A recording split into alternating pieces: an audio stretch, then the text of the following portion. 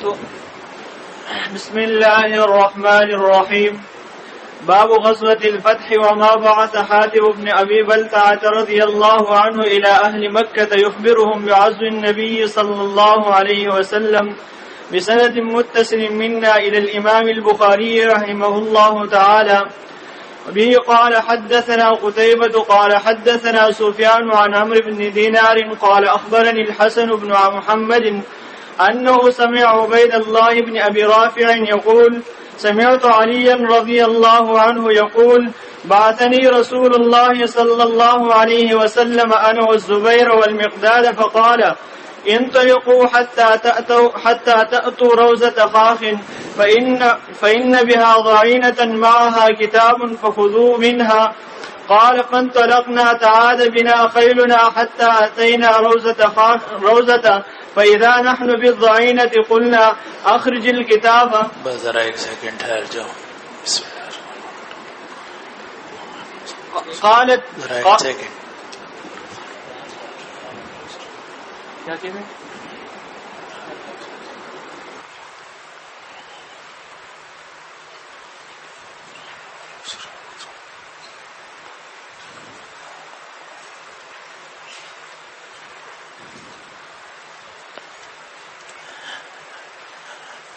اب یہ جو روایت آپ پڑھ رہے ہیں یہ پہلے گزر چکی ہے، اور یہاں جن 3 حضرات کا ذکر ہے تو اس میں جو تیسرے صحابی ہیں ان کا نام وہاں چوتھا بھی ہے، تو کل ملا کر یہ 4 حضرات تھے.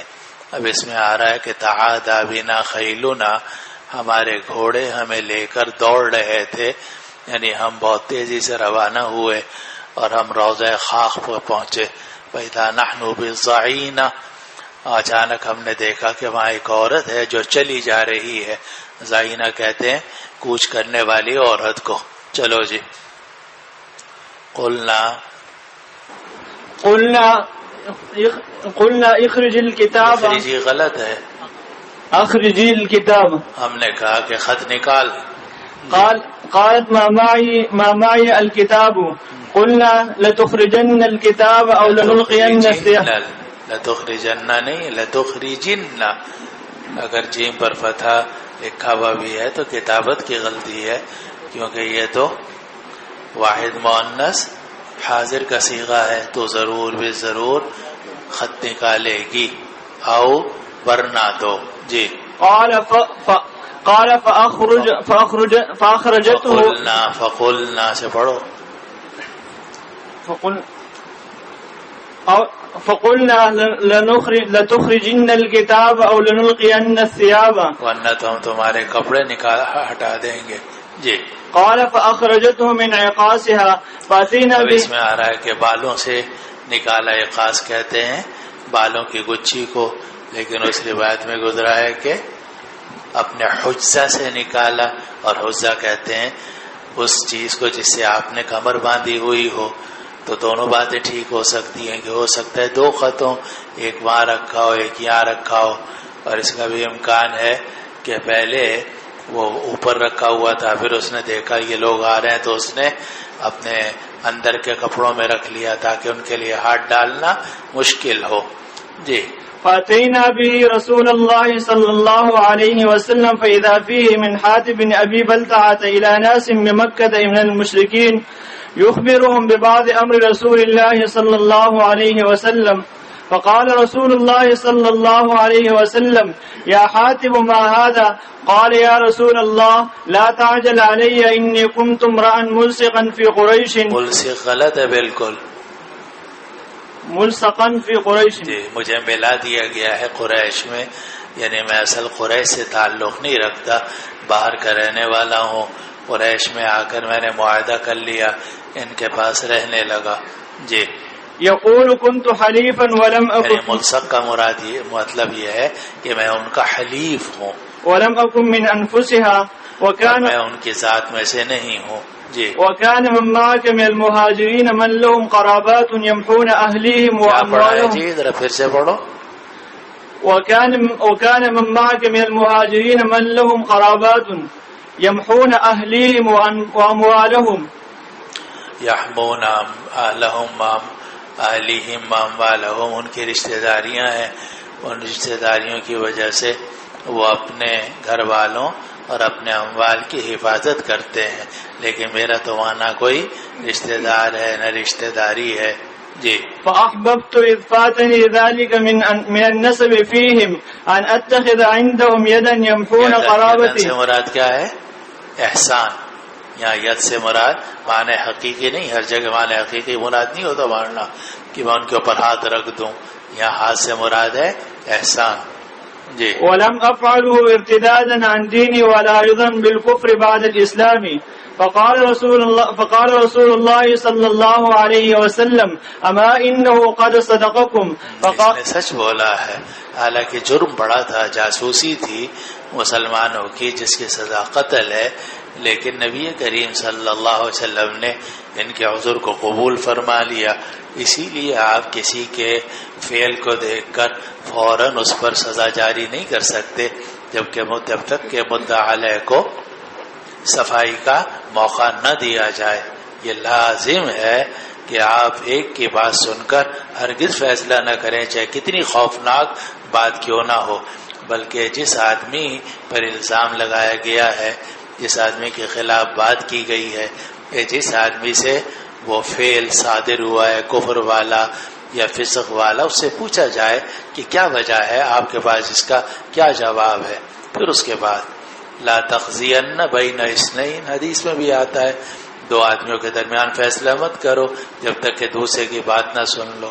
حضرت داؤد علیہ السلام نے ایک ہی آدمی کی بات سن کر فیصلہ کر دیا تھا، قرآن مجید نے اس پر نکیر فرمائی.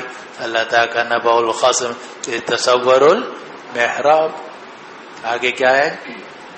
نہیں، جہاں وہ اذ دخلوا على داود، جب آگے خصمان بغى بعضنا، یہ بھی ہو گیا. ولا تشتت واهدنا الى وظن داود انما فتناه، یہ ہے وہ بات. وظن داود انما فتناه، اور داؤد کو اندازہ ہو گیا کہ ہم نے آزمایا تھا کہ یہ ایک آدمی کی بات سن کر فوراً فیصلہ کرتے ہیں یا نہیں کرتے. یہ غلطی ہوئی. فاستغفر ربہ، چنانچہ داؤد علیہ السلام نے فوراً اپنے پروردگار سے استغفار کی کہ اللہ مجھ سے غلطی ہو گئی، مجھے دوسرے کی بات سننی چاہیے تھی. جی. وقال عمر يا رسول الله دعني اضرب عنق هذا المنافق، فقال انه قد شهد بدرا وما يدريك لعل الله اطلع على من شهد بدرا. فقال اعملوا ما شئتم قد غفرت لكم. فانزل الله السورة يا أيها الذين آمنوا لا تتخذوا عدوي وعدوكم أولياء تلقون إليهم بالمودة إلى قوله فقد ضل سواء السبيل. جی. باقی بحث ساری گزر چکی ہے، اور یہاں تو ایک مرتبہ ذکر ہے عمر فاروق رضی اللہ عنہ کے قول کا، لیکن پیچھے گزر چکا کہ آپ نے منع کیا، لیکن پھر بھی انہوں نے کہا کہ آپ مجھے اجازت دیجئے. دعنی اضرب عنق هذا المنافق. جی. بسم اللہ الرحمن الرحیم. نام وقار احمد، والد کا نام نظام الدین، تعلق خیر پور میرس سندھ، درجہ اولا جامعہ حمادیہ صدیقیہ خیر پور میرس میں پڑھا، درجہ ثانیہ جامعہ اشرفیہ سکھر میں پڑھا، درجہ ثالثہ سے لے کر ابھی تک جامعہ ہاضہ میں زیر تعلیم ہوں. عصری تعلیم ایم اے تک ہے، غیر حافظ ہوں، لیکن روزانہ ایک پارہ قرآن مجید کی تلاوت کرنے کا معمول ہے. ماشاء، بہت چھوٹی عمر میں تم نے ایم اے بھی کر لیا. وہ کیسے کر لیا اتنی جلدی؟ تمہاری عمر تو بہت کم لگ رہی ہے. پہلے عصری تعلیم حاصل کی تھی، پھر اس کے ساتھ ساتھ یہ مدرسہ تعلیم حاصل. چلو، اس کا مطلب وقت ضائع نہیں کیا. جی. چلو. بسم اللہ الرحمن الرحیم. باب غزوۃ الفتح فی رمضان. بالسند المتصل من باب غزوۃ الفتح فی رمضان بالسند المتصل منا الى الامام الحافظ الحجۃ امیر المؤمنین فی الحدیث ابی عبداللہ محمد بن اسماعیل بن ابراہیم الجعفی البخاری رحمہ اللہ ومتعنا بعلومہ وبرکاتہ آمین. ہمارے یہاں وقت بہت ضائع کرتے ہیں طالب علم. 8 سال پڑھتے ہیں، عربی نہیں آتی، اردو نہیں آتی. حالانکہ 8 سال ایسے مدرسوں میں پڑھتے ہیں جہاں عربی سکھائی جا رہی ہوتی ہے اور اردو بولی جا رہی ہوتی ہے. لیکن آپ دیکھ رہے ہیں کہ اردو جملہ صحیح نہیں بول سکتے، عربی نہیں صحیح بول سکتے. تو یہ وقت ضائع کرنے والی بات ہے کہ نہ عربی سیکھی، نہ اردو سیکھی، نہ انگریزی سیکھی، بس جیسے آئے تھے ویسے چلے گئے. تو یہ وقت ضائع کرنے والی بات ہے اپنی. چلو جی. قال حدثنا عبد الله بن يوسف قال حدثني الليث قال حدثني عكير عن ابن شهاب قال أخبرنا عبيد الله بن عبد الله بن عتبة أن ابن عباس رضي الله عنهما وعنهم أخبره أن رسول الله صلى الله عليه وسلم غزا غزوة الفتح في رمضان قال وسمعت ابن المسيب يقول مثل ذلك. وعن عبيد الله بن عبد الله أخبرني أن ابن عباس قال لگانا پڑے گا. عن عبید اللہ ابن عبد اللہ قال وعن عبيد الله بن عبد الله قال أخبرني أن ابن عباس رضي الله عنهما قال صام رسول الله صلى الله عليه وسلم حتى إذا بلغ القديد الماء الذي بين قديد وعصفانة أفطر فلم يزل مفطرا حتى انسلخ الشهر.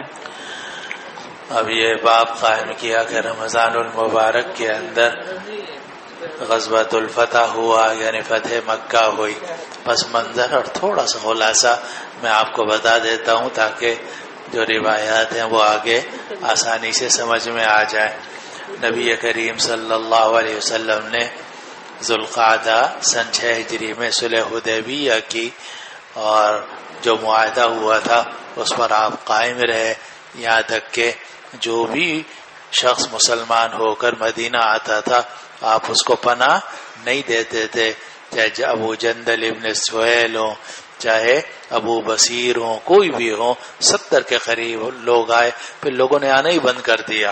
مسلمان ہوتے تھے مگر وہ جانتے تھے کہ نبی کریم صلی اللہ علیہ وسلم ہمیں پناہ نہیں دیں گے، لیکن پھر بھی مسلمان ہوتے تھے کیونکہ ایمان اللہ تعالیٰ پر تھا، کیونکہ ایمان اللہ سبحانہ و تعالیٰ. یہ ہے توحید مولانا، کہ حالانکہ جان رہے ہیں کہ نبی کریم صلی اللہ علیہ وسلم ہمیں پناہ نہیں دیں گے، لیکن ایمان تو اللہ سبحانہ و تعالی پر ہے، توحید خالص ہے، اس لیے ایمان لاتے تھے اور بھاگ کر چلے جاتے تھے ساحل پر، ابو بصیر کے پاس جمع ہو جاتے تھے. لیکن بہرحال نبی کریم صلی اللہ علیہ وسلم نے معاہدے کی کوئی خلاف ورزی نہیں کی، اور اس صلح حدیبیہ کے نتیجے میں دین بہت تیزی سے پھیلا. 2 فائدے ہوئے، ایک تو یہ کہ خیبر کا سارا علاقہ فتح ہو گیا اور مسلمانوں کی مالی حالت جو ہے بہت زبردست درست ہو گئی. دوسری بات یہ ہے کہ اتنی تیزی سے اسلام پھیلا کہ یہ اس پہ صلح حدیبیہ میں تو 1400 حضرات تھے، اور جب آپ فتح مکہ کے موقع پر روانہ ہوئے تو آپ کے ساتھ 10,000 صحابہ رضوان اللہ علیہ مجمعین تھے. یعنی 4 سال کے اندر حیرت انگیز طریقے سے اضافہ ہوا ہے. اور بڑے بڑے جو کفار قریش تھے اور لیڈر تھے، حضرت خالد بن الولید رضی اللہ عنہ، حضرت عمرو بن العاص اور دوسرے صحابہ بڑے بڑے کافروں کے، وہ آئے اور آ کر صحابہ میں شمار ہو گئے، مسلمان ہو گئے. تو اس صلح کی برکت سے اللہ تعالی نے مالی طور پر بھی مسلمانوں کو مستحکم کیا اور دین بہت تیزی سے پھیلا. کیونکہ جب لڑائی ہو رہی ہوتی ہے تو لوگ ایک دوسرے کی بات سننے کے لیے تیار نہیں ہوتے، لیکن جب صلح ہوتی ہے، آنا جانا ہوتا ہے، آپ ان کے ساتھ اٹھتے بیٹھتے ہیں تو وہ آپ سے سیکھتے ہیں اور دین کے قریب آتے ہیں، اور دین کے قریب آ کر پھر ان پر دین اسلام کا دروازہ کھل جاتا ہے. تو اللہ سبحانہ و تعالی نے صلح حدیبیہ کو بڑے ہی عمدہ نتائج کا ذریعہ بنایا. اسی لیے صلح حدیبیہ کے موقع پر سورت نازل ہوئی، انا فتحنا لک فتحا مبینا. حالانکہ ابو عمر فاروق نے پوچھا، اب فتح ہوا یا رسول اللہ، یا رسول اللہ اتنی دب کر صلح ہو رہی ہے، اسے فتح کہتے ہیں؟ آپ نے فرمایا ہاں یہی فتح ہے. بہرحال اس طریقے سے آپ نے معاہدے کی خلاف ورزی کوئی نہیں کی، معاہدے کی پابندی فرمائی. یہاں تک کہ یہ واقعہ ہوا کہ سن 8 ہجری کے اندر بنو بکر کے کچھ لوگوں نے بنو خزاعہ پر حملہ کیا. اصل میں ہوا یہ تھا کہ جب صلح حدیبیہ ہوئی تھی تو اس میں یہ شک بھی تھی کہ قبائل عرب میں سے اگر کوئی قبیلہ قریش کی طرف سے شامل ہونا چاہے اس معاہدے میں وہ شامل ہو سکتا ہے، اور اگر کوئی قبیلہ مسلمانوں کی طرف سے اس صلح میں شامل ہونا چاہے تو وہ شامل ہو سکتا ہے۔ تو بنو بکر جو تھے وہ قریش کی طرف سے اس صلح میں شامل ہو گئے، وہ بھی اس معاہدے کے پابند ہو گئے۔ ادھر بنو خزاعہ جو تھے ان میں کچھ لوگ مسلمان تھے لیکن کافروں کی اکثریت تھی، لیکن بنو خزاعہ بھی اس صلح میں شامل ہوئے اور مسلمانوں کی طرف سے شامل ہوئے۔ چنانچہ یہ صلح کا جو معاہدہ تھا یہ بنو بکر اور بنو خزاعہ پر بھی لاگو ہوا۔ اب ہوا یہ کہ بنو خزاعہ کے کچھ لوگ، ایک پانی تھا اس کا نام تھا وتیر، واو تے یہ رے، وتیر ایک چشمہ تھا، وہاں پانی کی جگہ تھی، تو وہاں وہ آرام کر رہے تھے یا کچھ کھا پی رہے تھے، تو بنو بکر کے لوگوں نے بنو خزاعہ کے ان لوگوں پر حملہ کیا اور ان کا مال لوٹا، ان میں سے کچھ کو قتل کیا۔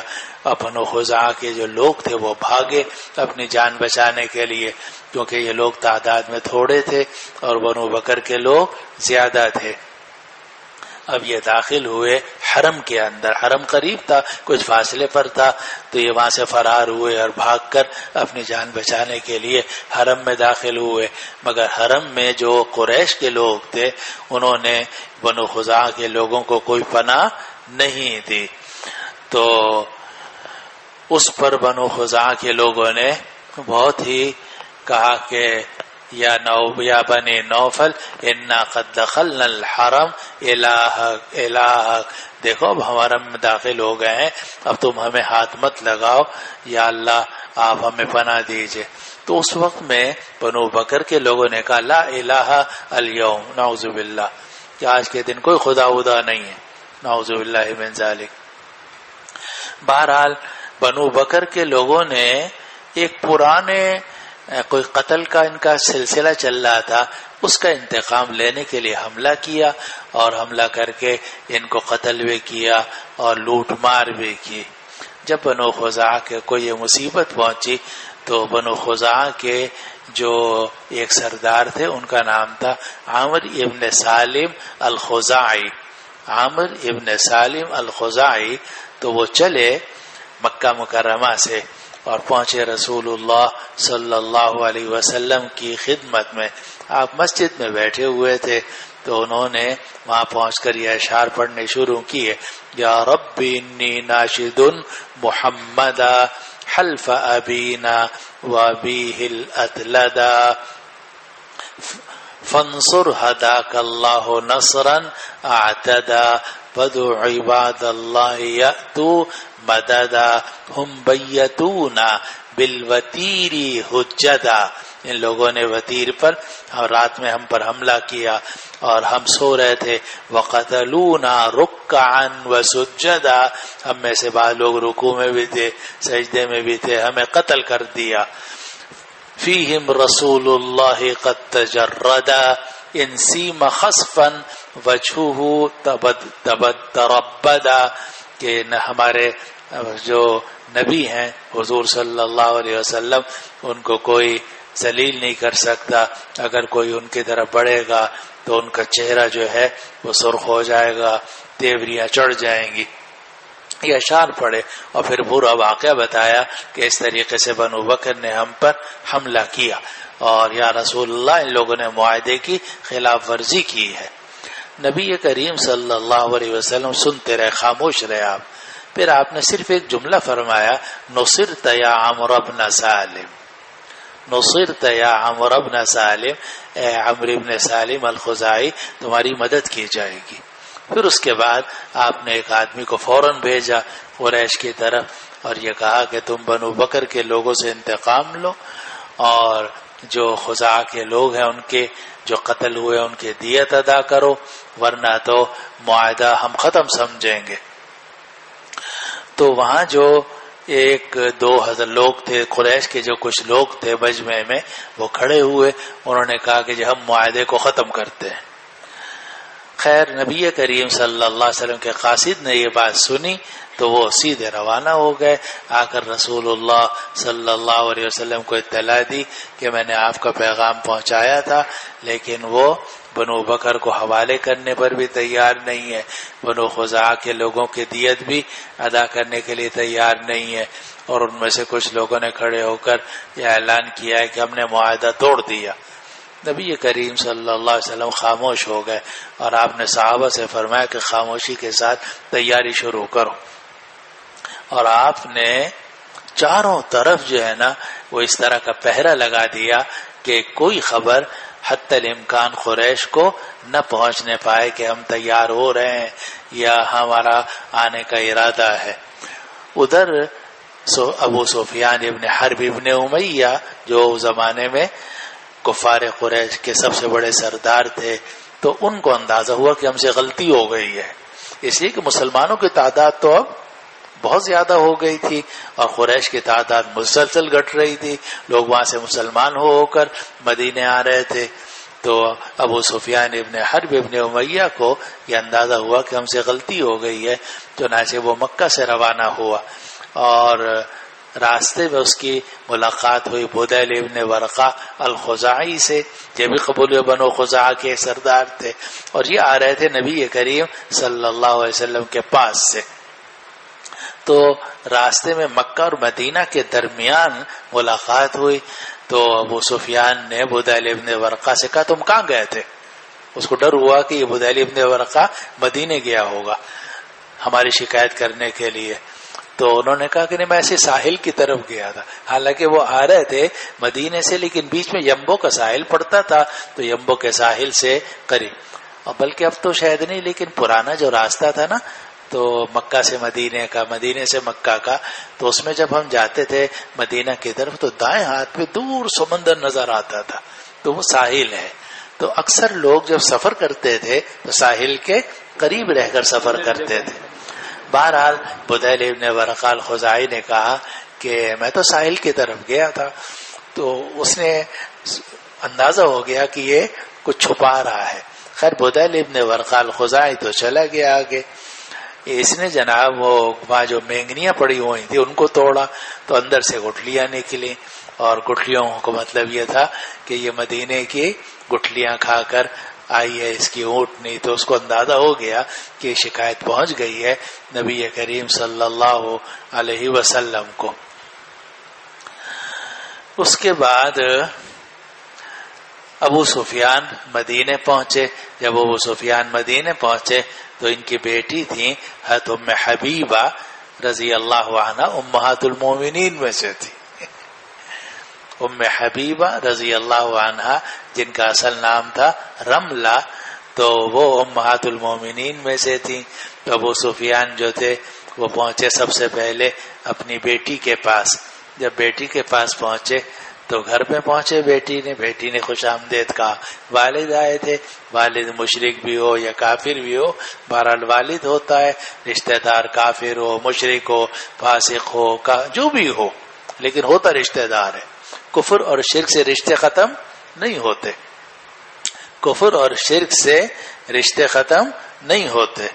تو یہ بیٹی نے استقبال کیا اور ایک بستر بچھا ہوا تھا، تو لیکن وہ بستر انہوں نے لپیٹ دیا. تو حضرت ابو سفیان جو اس وقت تو حضرت نہیں تھے، انہوں نے کہا یا بنیا ما ادری ارغبت بی هذا الفراش ام رغبت به عنی. یعنی خلاصہ اس کا یہ ہے کہ کیا یہ بستر میرے لائق نہیں ہے یا میں اس بستر کے لائق نہیں ہوں. یعنی تم نے جو بستر لپیٹ دیا ہے تو شاید یہ بستر ہلکا ہے اور تم چاہتی ہو کہ میں اس بستر پہ نہ بیٹھوں، یا یہ ہے کہ میں اس لائق نہیں ہوں کہ میں اس در پہ بیٹھ. کہاں آپ اس لائق نہیں ہے، کیونکہ یہ بستر ہے نبی کریم صلی اللہ علیہ وسلم کا، اور میں نہیں چاہتی کہ آپ بیٹھیں، کہ اگرچہ آپ میرے والد ہیں مگر وہ رسول اللہ صلی اللہ علیہ وسلم کا بستر ہے. تو اس پر ابو سفیان نے کہا واللہ لقد اصابک یا بنیۃ بعدی شر. اے میری بیٹی تمہیں بھی شر پیش آ گیا ہے. خیر یہ بیٹی کے پاس سے اٹھے، پھر اس کے پاس پہنچے. اس کے بعد یہ پہنچے رسول اللہ صلی اللہ علیہ وسلم کی خدمت میں. رسول اللہ صلی اللہ علیہ وسلم مسجد میں بیٹھے ہوئے تھے اور جا کر انہوں نے یہ عرض کیا کہ میں آیا ہوں قریش کی طرف سے، اہل مکہ کی طرف سے، اور ہم معاہدے کی مزید 10 سال کے لیے تجدید کرنا چاہتے ہیں، آپ اس کی تجدید کر دیجئے 10 سال کے لیے. نبی کریم صلی اللہ علیہ وسلم نے ابو سفیان کی بات کا کوئی جواب نہیں دیا، یہاں نہ ہاں میں اور نہ نہ میں، آپ بالکل خاموش رہے. دیکھتے رہے وہ ابو سفیان کہ آپ کوئی جواب نہیں دے رہے، تو ان کو اندازہ ہو گیا کہ آپ نے میری بات قبول نہیں کی، کیونکہ سکوت فی معرض الجواب جواب، تو سکوت جو ہے وہ بعض جگہوں میں جوابی ہوتا ہے، کوئی انکاری ہو گیا ایک طریقے سے، لیکن صراحتاً آپ نے انکار نہیں کیا، سکوت فرمایا. پھر اس کے بعد یہ وہاں سے اٹھے ابو بکر کے پاس گئے اور ابو بکر سے کہا کہ بھائی میں آیا تھا اور رسول اللہ محمد نے تو کوئی جواب نہیں دیا، تو آپ ایسا کرو کہ آپ میری سفارش کر دو محمد سے کہ وہ اس معاہدے کی تجدید کر دیں. ابو بکر نے رضی اللہ نے عرض کیا کہ میں رسول اللہ صلی اللہ علیہ وسلم سے کیسے کوئی بات کر سکتا ہوں، یہ بڑے معاملات ہیں، میں اس میں دخل نہیں دے سکتا. وہاں سے یہ اٹھے تو پہنچے حضرت عمر فاروق کے پاس، جانتے تھے کہ درجہ کس کا کیا ہے. عمر فاروق کے پاس پہنچے اور ان سے کہا کہ تم میری مدد کرو تو اور جا کر حضور سے سفارش کر دو کہ وہ مزید 10 سال کے لیے معاہدے کی تجدید کر دیں.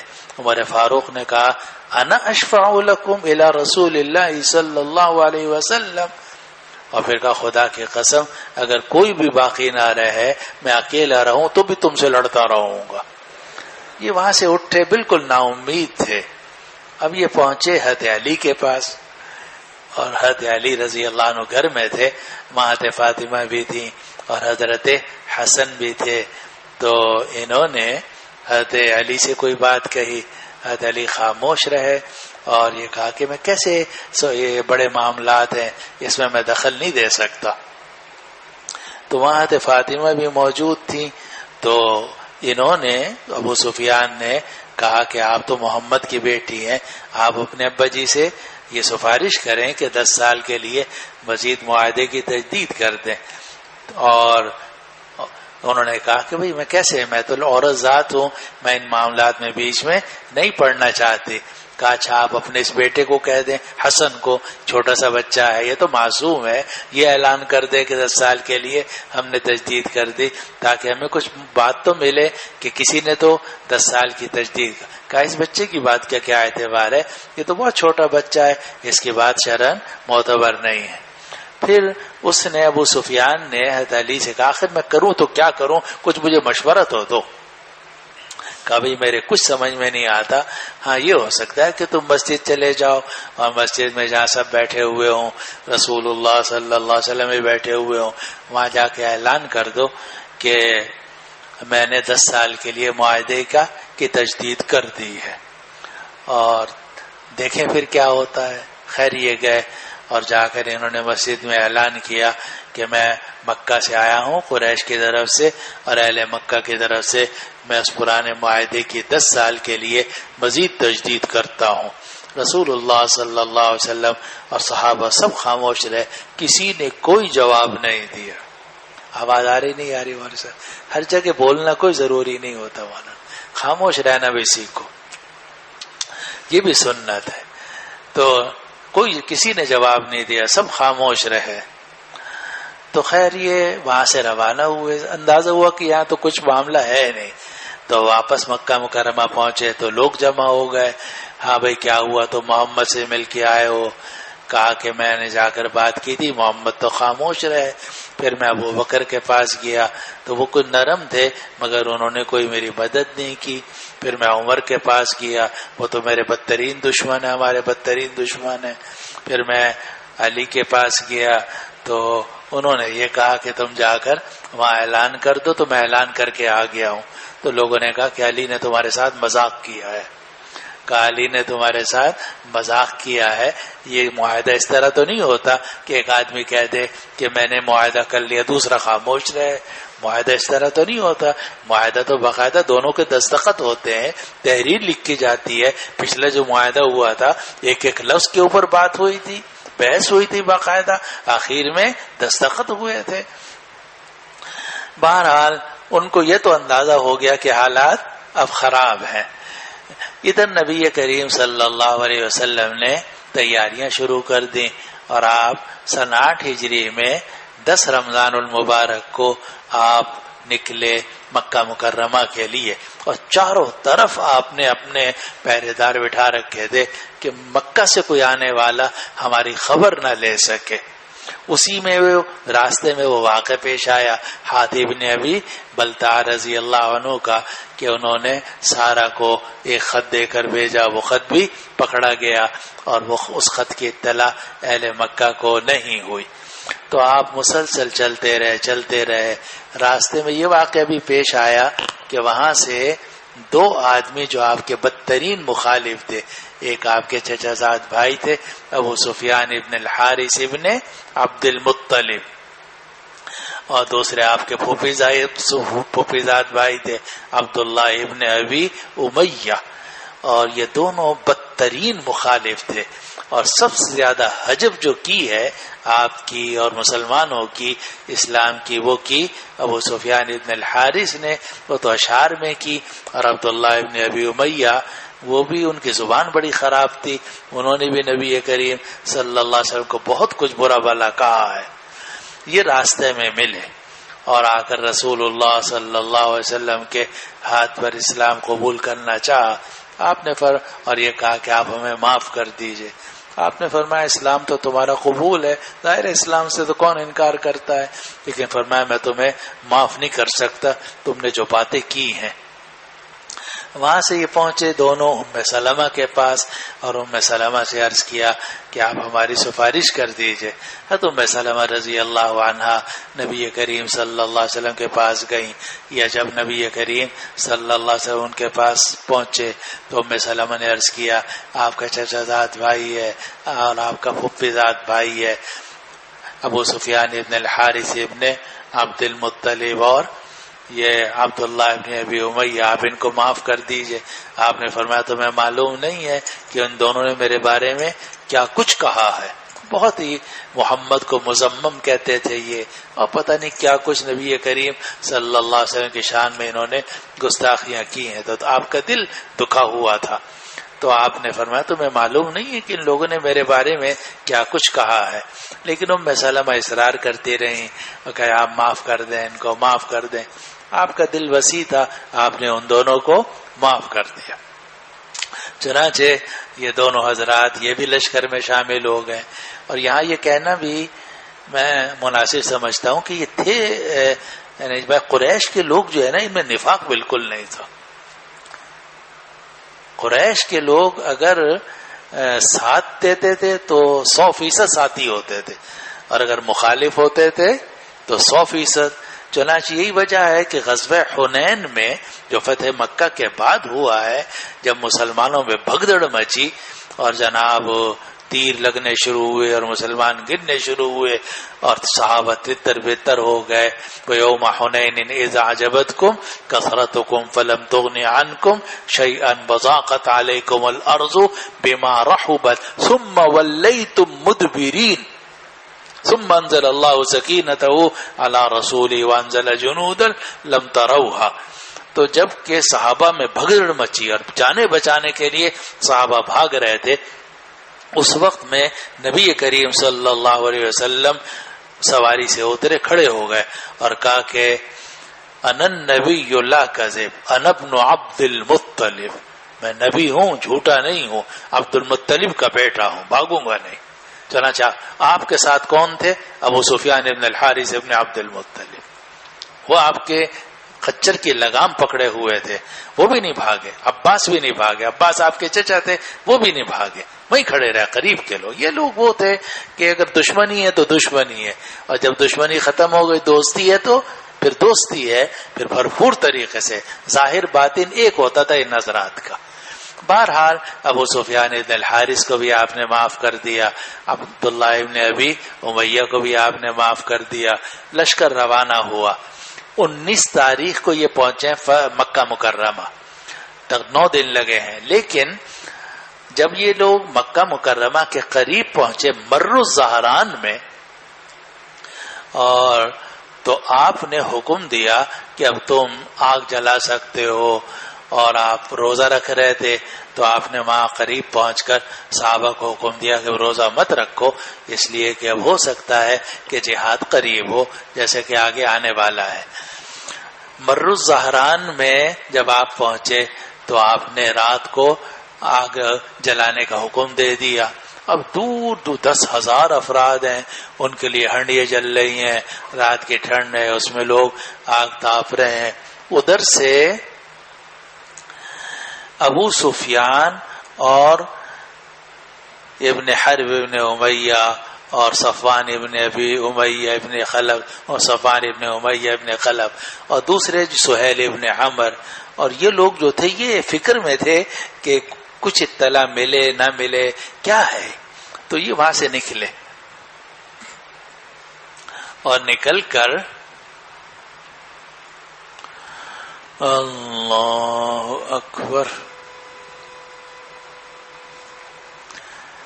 بلکہ اس سے پہلے وہ جو ہے ام سلمہ کا قصہ نہیں ابھی بتایا، تو اس میں وہ لکھا ہوا ہے سیرت ابن شان میں فَكَلَّمَتْهُ أُمُّ سَلَمَةَ فِيهِمَا فَقَالَتْ يَا رَسُولَ اللَّهِ ابْنَ عَمِّكَ وَابْنَ عَمَّتِكَ قَالَ لَا حَاجَةَ لِي بِهِمَا، مجھے ان دونوں کی کوئی ضرورت نہیں ہے. اما ابن عمی فَهَتَكَ عِرْضِي، اما ابن عمی فَهَتَكَ عِرْضِي وَأَمَّا ابن عمتی فَهُوَ قَالَ مَا قَالَ. تو فقال ابو سفیان وکان ابن له معه فقال والله ليأذنن لي او لأخذن بيدي بني هذا ثم لنذهبن في الارض حتى نموت عطشا وجوعا. فلما بلغ ذلك صلی اللہ علیہ وسلم رق لهما ثم اذن لهما، آپ نے اجازت دے دی. بہرحال تو بات یہ چل رہی تھی کہ جب آپ بالکل مکہ مکرمہ کے قریب پہنچے تو آپ نے آگ جلانے کا حکم دیا. تو ادھر ابو سفیان جو ہے نا وہ باہر نکلا رات کے وقت میں اپنے حالات کے جائے. یہ لوگ بھی رات کو اپنا گھومتے پھرتے تھے جیسے کہ آج کل کے آوارہ لوگ ہوتے ہیں، کیونکہ ان کو صبح اٹھنا تو ہوتا نہیں کوئی نماز کے لیے یا تہجد کے لیے. تو وہ اپنا باہر نکلا، ادھر ادھر اس نے دیکھا دور آگ ہی آگ ہے. تو اس نے کہا کہ یہ اتنے لوگ کون ہیں؟ کہا کہ ہو سکتا ہے کہ قبیلہ خزاع کے لوگ ہوں. تو ابو سفیان کے ساتھ جو دوسرے آدمی تھے، نام میں بھول گیا، تو کون تھا، کسی کو یاد ہو تو بتا دو. تو اس نے کہا کہ شاید فلاں خزاع کا قبیلہ ہوگا. ابو سفیان نے کہا نہیں، ان کی تعداد تو اتنی نہیں ہے، یہ جو دور دور تک جناب آگ ہی آگ نظر آ رہی ہے. تو اسی میں یہ ہوا کہ حضرت عباس ساتھ آ گئے. ہاں یہ بیچ میں ایک بات رہ گئی، حضرت عباس، عبداللہ ابن عباس اور حضرت عباس کی پوری فیملی وہ آپ کو ملی ذوالحلیفہ پر، یعنی مدینہ کے بالکل قریب. جب آپ مدینہ سے نکلے تھے اس وقت میں حضرت عباس، عبداللہ ابن عباس اور یہ سارے حضرات ملے اور وہ آ کر لشکر میں شامل ہو گئے تھے. اب حضرت عباس جو تھے وہ بھی پریشان تھے اور وہی سوچ رہے تھے کہ یہ 10,000 کا لشکر جب مکہ مکرمہ میں داخل ہوگا تو قریش کی تو اینٹ سے اینٹ بچ جائے گی. ظاہر ہے 10,000 کا لشکر، اور قریش میں زیادہ 3,000 افراد ہوں گے اس زمانے میں، تو ان کی تو اینٹ سے اینٹ بچ جائے گی. تو وہ اس چکر میں تھے حضرت عباس کی کسی طرح اہل قریش کو بچایا جائے اور ساتھ ساتھ ان کو اس بات پر آمادہ کیا جائے کہ وہ یا تو اسلام لے آئیں یا سر تسلیم خم کر لیں تاکہ ان کی جان مال آبرو بچ سکے. چنانچہ حضرت عباس جو تھے وہ نبی کریم صلی اللہ علیہ وسلم کے لشکر سے نکلے اور نکل کر ان حالات کا جائزہ لینے کے لیے باہر دیکھا ایک ٹیلے کے اوپر 2 آدمی کھڑے ہوئے ہیں. وہ ایک ابو سفیان ابن حرب ابن امیہ تھا اور دوسرے تھے. تو خیر یہ وہاں پہنچے اور جا کر ان سے کہا کہ یہ حضور صلی اللہ علیہ وسلم ہے، اتنا بڑا لشکر لے کر اب تمہاری خیر نہیں ہے، اور میرا مشورہ یہ ہے کہ تم میرے ساتھ میری خچر کے اوپر بیٹھو اور آ کر نبی کریم صلی اللہ علیہ وسلم کے ہاتھ پہ اسلام قبول کر لو تاکہ تمہاری جان بچ جائے، ورنہ تو تمہاری جان خطرے میں ہے. تو خیر اب یہ بھی فکر مند ہو، یہ تو اندازہ ہو کہ اتنا بڑا لشکر ہے، اس کا مقابلہ نہیں ہو سکتا. تو کہا کہ مگر ابھی تک تو مجھے اطمینان نہیں ہے اسلام لانے پر. وہی بات ہے نا کہ آدمی سچے ہوتے ہیں یہ. خیر اب یہ اس وقت تک ان کو اسلام لانے پر اطمینان نہیں تھا. انہوں نے کہا مجھے تو اطمینان نہیں ہے. کہا کہ تو اپنے اطمینان کی بات کر رہا ہے، یہاں تیری جان خطرے میں ہے، تو مارا جائے گا. خیر ابو سفیان جو ہے وہ بیٹھے ان کے حضرت عباس کے خچر پر. وہ خچر تھا نبی کریم صلی اللہ علیہ وسلم کا، اسی پر سوار ہو کر حضرت عباس گئے تھے. اب جب خچر جو ہے نا وہ آگے لشکر کے قریب گیا تو وہاں عمر فاروق تھے. عمر فاروق نے دیکھا کہ کون آ رہا ہے، دیکھا کہ خچر تو ہے نبی کریم صلی اللہ علیہ وسلم کا، آگے بیٹھے ہوئے ہیں حضرت عباس اور پیچھے بیٹھا ہوا ہے ابو سفیان. تو حضرت عمر فاروق نے فرمایا الحمدللہ، اللہ نے اس عدو اللہ پر مجھے قدرت عطا فرما دی ہے، اور ابھی تک تو اس کا من نہیں، اس کو نہیں چھوڑوں گا میں.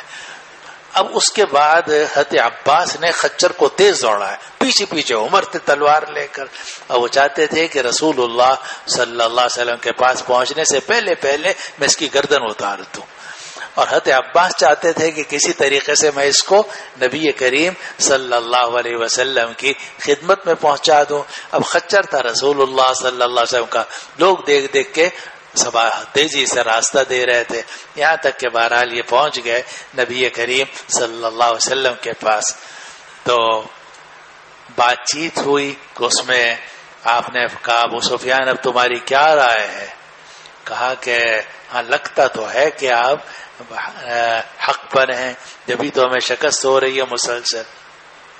آپ نے حضرت عباس سے فرمایا کہ تم ان کو لے جاؤ اور ان کو اپنے پاس رکھو، رات کل ان کے بارے میں کوئی فیصلہ کریں گے. چنانچہ حضرت عباس ان کو لے گئے، رات اپنے پاس رکھی. پھر اس کے بعد صبح کو انہوں نے اسلام قبول کر لیا. اور حضرت عباس نے کہا کہ یا رسول اللہ، یہ وہاں کے علاقے کے امیر ہیں، آپ ان کے لیے کوئی حکم بھی دے دیجئے جس سے ان کی عزت ہو جائے. دوسرا یہ کہہ لے مکہ جو ہیں وہ بھی پریشان ہوں گے کہ اتنا بڑا لشکر آ رہا ہے، تو جناب ان کی تو اینٹ سے اینٹ بچ جائے گی. تو آپ ان کی امن کے لیے بھی کوئی صورت تجویز کر دیجئے. تو آپ نے 3 اعلان کیے. فرمایا کہ من دخل الحرم فهو آمن ومن دخل دار ابی سفیان فهو آمن. جو آدمی حرم میں چلا جائے گا اسے امن ہے، یعنی ہم اس کو کچھ نہیں کہیں گے. اس طرح جو آدمی ابو سفیان کے گھر میں داخل ہو جائے گا وہ بھی امن ہے. ومن اغلق دارہ فهو آمن، اور جو اپنا گھر بند کر کے اندر بیٹھ جائے گا اسے بھی امن ہے. گویا آپ نے یہ 3 اعلان کیے. ان کی بیوی تھی ہندا، وہی ہندا جنہوں نے حضرت حمزہ رضی اللہ عنہ کا کلیجہ چبایا تھا. تو انہوں نے ابو سفیان نے جب گھر پہنچ کر یہ کہا کہ میں ایمان لے آیا ہوں، اور محمد صلی اللہ علیہ وسلم نے یہ بھی اعلان کیا کہ من دخل دار ابی سفیان فهو آمن. کہا بڈھے تیرا دماغ تو صحیح ہے، اور میرا گھر کہاں اتنا بڑا ہے کہ سارے اہل مکہ میرے گھر میں آ جائیں. کہا کہ نہیں، دوسرا اعلان بھی کیا ہے کہ من دخل الحرم فهو آمن ومن اغلق علیہ بابہ فهو آمن. اس طریقے سے آپ تشریف لے گئے اور اللہ تعالیٰ نے مکہ مکرمہ کی فتح آسان فرما دی. پڑوش اب یہ روایت ہے کہ باب غزوہ اور یہ بھی روایت میں آتا ہے کہ جب آپ مکہ مکرمہ میں داخل ہوئے تو آپ کا سر جھکا ہوا تھا. لوگ تو فاتحانہ انداز سے اکڑ کر داخل ہوتے ہیں، لیکن آپ کا سر جھکا ہوا تھا تواضع کے ساتھ، اور اتنا جھکا ہوا تھا کہ آپ کی داڑھی مبارک کے جو بال تھے وہ گھوڑے کی جو گردن کے بال ہے اس کے ساتھ مس کر رہے تھے. اتنا آپ کا سر جھکا ہوا تھا اللہ تعالیٰ کے حضور تواضع میں اور سجدہ شکر کے طور پر، اور آپ یہ سورت بھی پڑھ رہے تھے انا فتحنا لک فتحا مبینا لیغفر لک اللہ ما تقدم من ذنبک وما تأخر۔ اچھا جی، جو روایت آپ نے پڑھی اس کا خلاصہ یہ ہے کہ عبداللہ ابن عباس نے ان کو یہ بات بتلائی کہ رسول اللہ صلی اللہ علیہ وسلم نے فتح مکہ کا جہاد کیا رمضان میں۔ نیچے لکھا ہوا ہے کہ وکان صلی اللہ علیہ وسلم خرج من المدینہ ل10 مضین من رمضان، 10 راتیں رمضان کی گزر چکی تھی اور آپ پہنچے 19 تاریخ کو، اور پھر آپ کا قیام رہا ہے مکہ مکرمہ میں 19 دن، جیسا کہ آگے آنے والا ہے۔ راوی کہتے ہیں کہ میں نے ابن المسیب کو سنا، وہ بھی یہی بات فرماتے تھے، اور عبید اللہ ابن عبداللہ سے روایت ہے کہ عبداللہ ابن عباس نے یہ بات فرمائی کہ رسول اللہ صلی اللہ علیہ وسلم روزہ رکھتے رہے یہاں تک کہ جب آپ قدید پر پہنچے، اور یہ ایک پانی ہے جو قدید اور عصفان کے درمیان قریب میں ہے، یعنی مکہ کے قریب میں یہ وہ پانی ہے جو قدید عصفان کے درمیان ہے۔ افطارا، تو آپ نے افطار کیا۔ افطار کیا کا مطلب کیا ہے کہ روزہ چھوڑ دیا۔ فلم یزل مفطرا، اور آپ مسلسل مفطر ہی رہے، یعنی آپ نے پھر روزہ نہیں رکھا 2-3 دن تک، حتی انسلخ الشہر، یہاں تک کہ رمضان کا مہینہ ختم ہو گیا۔ جی۔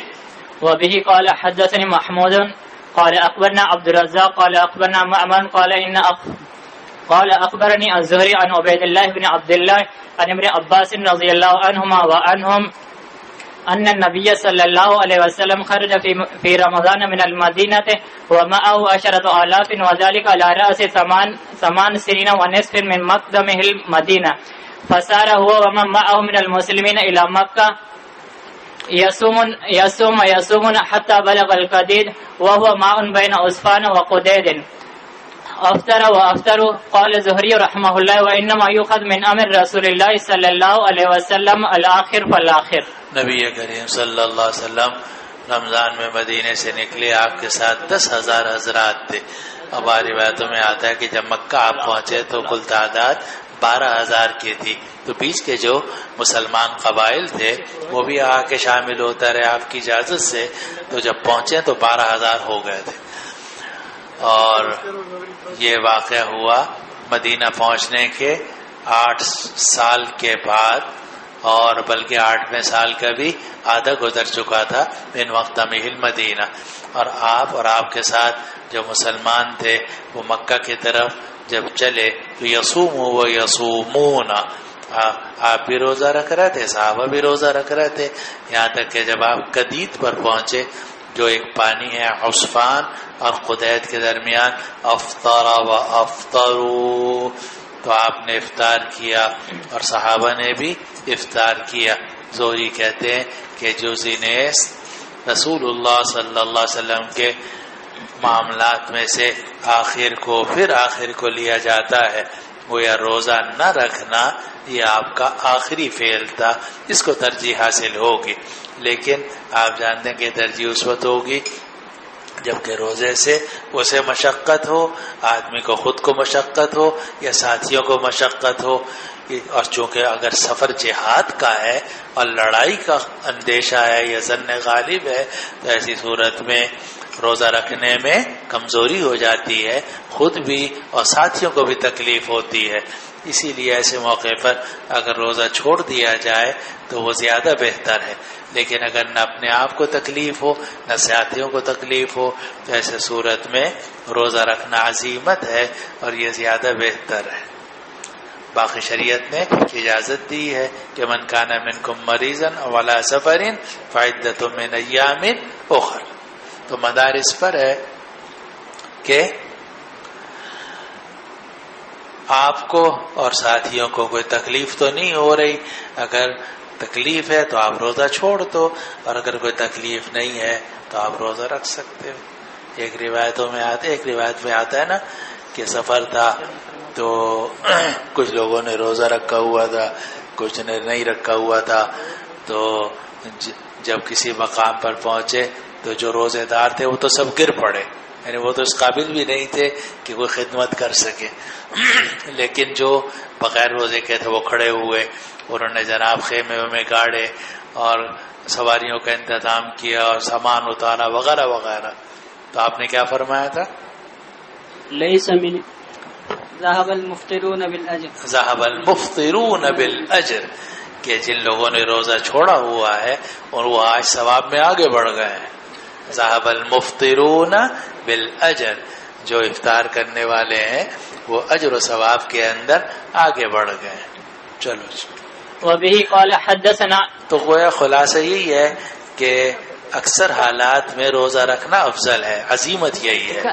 لیکن اگر تکلیف ہو، جہاد میں فرق آ رہا ہو، یا مثلا حج ہے، حج میں فرق آ رہا ہے فرض میں، یا اور کوئی پریشانی ہے اور ہے بھی سفر، تو سفر میں تو ویسے ہی روزہ رکھنا نہ رکھنا دونوں کی اجازت ہے، تو اس وقت روزہ چھوڑ دینا جائز ہے. لیس من البر الصیام فی السفر، لیس من برم صیام فی السفر. شرح جامی نہیں پڑھا؟ لیس من برم صیام فی السفر. تو اگر آدمی سفر میں روزہ رکھے تو یہ نیکی نہیں ہے، یہ بھی حدیث سے ثابت ہے، لیکن اس وقت جبکہ روزہ رکھنے سے آپ کو اور دوسروں کو تکلیف ہو.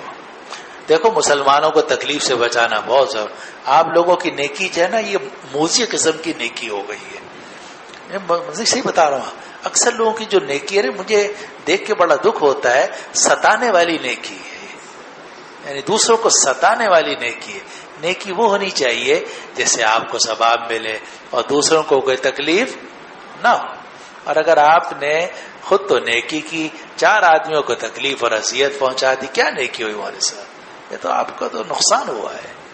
ذهب المفطرون بالاجر. ابھی مولانا نے حدیث سنائی ہے ہمیں، افطار کرنے والے جنہوں نے روزہ نہیں رکھا ہوا تھا وہ اجر و ثواب میں آگے نکل گئے، اس لیے کہ انہوں نے روزے داروں کی خدمت کی اور دوسرے ساتھیوں کی خدمت کی.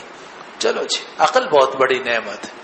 وبه قال حدثني عياش بن الوليد قال حدثنا عبد الأعلى قال حدثنا خالد عن إكرمة عن ابن عباس رضي الله عنهما وعنهم قال خرج النبي صلى الله عليه وسلم في رمضان إلى هنين والناس مختلفون فصائم ومفطر فلما استوى على راحلته دعا بإناء من لبن أو ماء فوضعه على راحته أو قال على راحلته ثم نظر الناس فقال المفطرون للصوم أفطروا.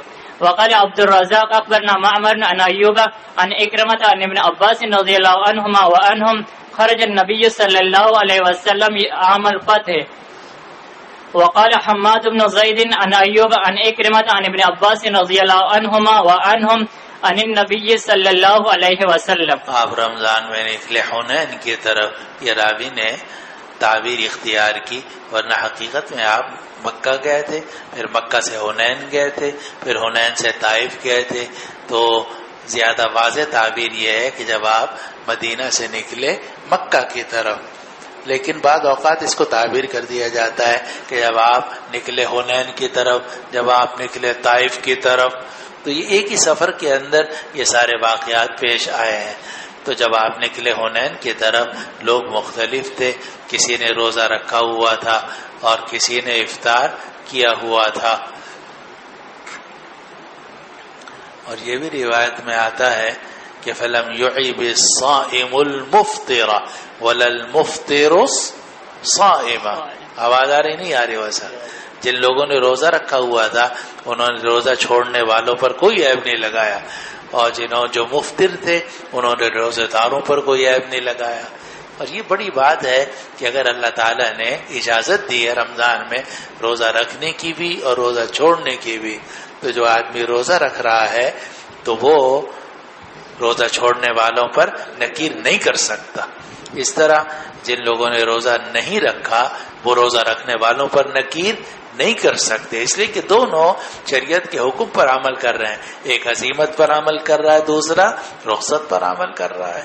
فلم يعب الصائم المفطر، یہ بھی حدیث ہے، ولم يعب المفطر الصائم. سب حدیثیں پڑھنی چاہیے. اس روایت میں ہے کہ لوگ مختلف تھے، کسی نے روزہ رکھا ہوا تھا، کسی نے روزہ چھوڑا ہوا تھا. پھر جب آپ اپنی سواری پر بیٹھ گئے، کب بیٹھے یہاں تو نہیں ہے، لیکن دوسری روایات میں عصر کے بعد، تو آپ نے برتن منگوایا جس میں دودھ تھا یا پانی تھا، آپ نے اپنے اس کو ہتھیلی پر رکھا، یا راوی کہتے ہیں کہ اپنی اونٹی پر رکھا، سارے لوگ دیکھنے لگے اور پھر آپ نے وہ دودھ یا پانی پیا. اب یہ جو آپ نے عصر کے بعد پانی پیا تو گویا اس کا یہ مطلب نہیں تھا کہ میں اس وقت میں روزہ توڑ رہا ہوں، بلکہ مطلب یہ تھا لوگوں کو بتانا تھا کہ آج میں نے روزہ رکھا ہوا نہیں ہے. تو جو افطار کرنے والے تھے یعنی روزہ چھوڑنے والے تھے، انہوں نے روزہ رکھنے والوں سے کہا افطروا، اب تم بھی افطار کرو، یعنی تم بھی روزے چھوڑ دو، آگے روزے مت رکھو. وجہ یہی تھی کہ جہاد قریب آ رہا تھا، مکہ مکرمہ میں داخل ہونا تھا، جان جہاد کا خیال تھا. چلو جی آگے. وبه قال حدثنا علي بن عبد الله قال حدثنا جرير عن منصور عن مجاهد عن طاووس عن ابن عباس رضي الله عنهما وعنهم قال سافر رسول الله صلى الله عليه وسلم في رمضان فصام حتى بلغ عصفان ثم دعا بإناء من ماء فشرب نهارا ليريه الناس فافطر حتى قدم مکہ. آپ نے رمضان میں سفر کیا، روزہ رکھتے رہے یہاں تک کہ عصفان پہنچ گئے، پھر آپ نے پانی کا برتن منگوایا اور سب کے سامنے دن میں پیا تاکہ لوگوں کو دکھا دیں کہ میں روزے سے نہیں ہوں. فافطر، اور آپ افطار کرتے رہے. افطار کرتے رہے کا کیا مطلب؟ روزہ چھوڑتے رہے. حتی قدیم مکہ، یہاں تک کہ آپ مکہ پہنچ گئے. جی. قال وكان ابن عباس رضي الله عنهما يقول صام رسول الله صلى الله عليه وسلم في السفر وافطر فمن شاء صام ومن شاء افطر. بس یہ ہے اصول، فمن شاء صام ومن شاء افطر. اگر کوئی آدمی سفر کے اندر روزہ رکھے وہ بھی شریعت کے حکم پر عمل کر رہا ہے، اور اگر کوئی آدمی نہ رکھے اللہ تعالیٰ نے اس کو رخصت دی ہے، کوئی اسے گھور کر نہیں دیکھ سکتا. جی. بسم اللہ الرحمن الرحیم. نام الیاس احمد، والد صاحب کا نام عزیز الرحمان، تعلق پشاور سے ہے. درجہ اولا سے لے کر درجہ خامسہ تک جامعہ تعلیم الاسلام ثوابین میں پڑھے، اور درجہ سادسہ سے ابھی تک جامعہ ہاضہ میں زیر تعلیم ہوں. حافظ قرآن ہوں، روزانہ ایک پارہ پڑھنے کا معمول ہے. بسم اللہ. بسم اللہ. باب أين ركز النبي صلی اللہ علیہ وسلم الرأیۃ یوم الفتح. یہ باب ہے کہ نبی کریم صلی اللہ علیہ وسلم نے فتح مکہ والے دن کہاں جھنڈا گاڑا تھا. پڑھو جی. وبالسند المتصل منا إلى الإمام البخاري رحمه الله تعالى ومتعنا بعلومه وفيوضه وبركاته آمين. قال حدثنا عبيد بن إسماعيل قال حدثنا أبو أسامة عن هشام عن أبيه لما سار رسول الله صلى الله عليه وسلم عام الفتح فبلغ ذلك قريشا خرج أبو سفيان بن حرب وحكيم بن حزام وبديل بن ورقاء. یہ وہ نام آ گئے جو باہر نکلے تھے. جی. يلتمسون الخبر عن رسول الله صلى الله عليه وسلم فأقبلوا يسيرون حتى أتوا مر الظهران فإذا هم بنيران كأنها نيران عرفة. فقال أبو سفيان ما هذه؟ لكأنها نيران عرفة. فقال بديل بن ورقاء نيران بني عمرو. فقال أبو سفيان عمرو أقل من ذلك. أقل من ذلك. چلو یہاں تک ترجمہ کر لیں. روایت ہے کہ جب رسول اللہ صلی اللہ علیہ وسلم فتح مکہ والے سال نکلے تو قریش کو یہ خبر پہنچ گئی. حالانکہ خبر قریش کو کوئی نہیں پہنچی تھی، صرف اندازہ تھا ان کو کہ شاید حملہ ہوگا. اسی لیے حافظ ابن حجر رحمۃ اللہ علیہ نے لکھا کہ فبلغ قریشن، یہ حقیقت میں اپنی جگہ پر نہیں ہے، تو قریش کو اندازہ تو تھا، خبر نہیں پہنچی تھی. اسی لیے ابو سفیان ابن حرب، حکیم ابن حزام، ابو دہل ابن ورقا، یہ تینوں نکلے اور یہ سب تلاش کر رہے تھے کہ ان کو کوئی خبر ملے رسول اللہ صلی اللہ علیہ وسلم کے بارے میں. اور یہ لوگ چلتے رہے یہاں تک کہ مر الزہران پر پہنچ گئے جو مکہ سے باہر ہے. اچانک دیکھا کہ آگ ہی آگ ہیں، جیسا کہ عرفے کی آگ ہوتی ہے. اس زمانے میں بھی عرفہ میں لوگ ٹھہرتے تھے اور حج کرتے تھے، اور عرفات میں جب رات کو ٹھہرتے تھے تو آگ جلاتے تھے، کھانا پکاتے تھے، اور عرفات کے میدان میں دور دور تک آگ ہوتی تھی. تو یہاں ایسا تھا جیسے کہ عرفے کے میدان میں حاجی آئے ہوئے ہیں اور جناب آگ جلا رہے ہیں. ابو سفیان نے کہا ما هذه لکانها نیران عرفہ. تو بدیل ابن ورقہ نے کہا کہ شاید یہ بنو عمر کی آگے ہوں گے، کہ بنو عمر کے لوگ آئے ہوں گے، انہوں نے یہاں کھانا پکا رہے ہوں گے. ابو سفیان نے کہا عمر اقل من ذلک، کہ بنو عمر کے لوگ تو بہت کم تعداد میں ہیں، ان کی تو تعداد بہت زیادہ ہے، یہ تو کوئی اور لوگ ہیں. جی. فرآهم ناس من حرس رسول الله صلى الله عليه وسلم فأدركوهم فأخذوهم فأتوا بهم رسول الله صلى الله عليه وسلم فأسلم أبو سفيان. اب رسول اللہ صلی اللہ علیہ وسلم کے کچھ پہرے داروں نے ان کو دیکھ لیا اور ان کو پکڑ لیا اور ان کو لے کر رسول اللہ صلی اللہ علیہ وسلم کے پاس آئے تو ابو سفیان مسلمان ہو گئے. اب یہ بہت ہی مختصر ذکر کر دیا، ورنہ حقیقت میں اس وقت مسلمان نہیں ہوئے تھے، اگلے دن مسلمان ہوئے تھے. آگے جی. فلما سار قال للعباس احبس ابا سفيان عند ختم الخيل حتى ينظر الى المسلمين فحبسه العباس وجعلت القبائل تمر مع النبي صلى الله عليه وسلم تمر كتيبة على ابي سفيان فمرت كتيبة قال يا عباس من هذه؟ قال هذه غفار. قال ما لي ولغفار. ثم مرت جهينة قال مثل ذلك. ثم مرت سعد بن حزيم فقال مثل ذلك. ثم مرت سليم فقال مثل ذلك حتى أقبلت كتيبة لم يرى مثلها. قال من هذه؟ قال هؤلاء الأنصار عليهم سعد بن عبادة مع الراية. فقال سعد بن عبادة يا أبا سفيان اليوم يوم الملحمة اليوم تستحل الكعبة.